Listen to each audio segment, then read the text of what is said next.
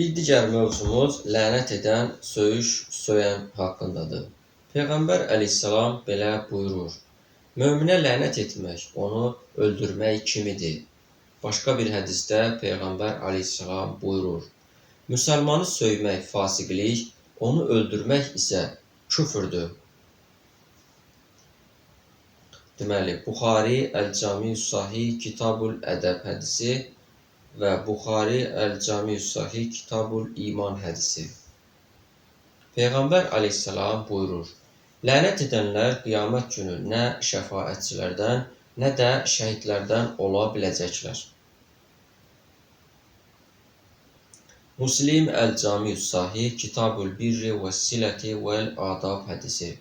Peyğəmbər sallallahu aleyhi və səlləm belə buyurur: Şübhəsiz ki, qul bir şeyə lənət etdiyi zaman o lənət göyə yüksəlir. Lakin göyün qapıları ona bağlanır. Sonra o lənət yerə, dünyaya doğru enir. Lakin yer üzünün də qapıları bağlanır. Sonra həmin lənət sağda solda yer axtarır.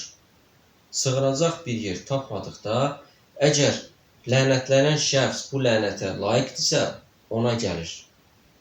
Yox, əgər lənətlənən insan bu lənətə layiq deyilsə, lənət oxuyana geri qayıdır. Həsən hədisdir. Əbu Davud Əs-Sunən Kitabul Ədəbdə keçir. Beyhəqi Şuabul İmanda keçir. Peyğəmbər əleyhissalam dəvəsinə lənət oxuyan bir qadını cəzalandırmış və dəvəsini əlindən almışdı. İmran ibn Husayndan, Allah ondan razı olsun, belə rəvayət edilir. Rasulullah aleyhissalam səfərlərinin birində idi. Ənsardan bir qadın dəvənin üzərində idi. Bu anda dəvənin yerişindən qadın əsəbləşərək dəvəsinə lənət etdi. Bunu eşidən Rasulullah aleyhissalam belə buyurdu: Onun dəvənin üzərində nə varsa hamısını alın və onu sərbəst buraxın. Çünki o lənətlənmişdi.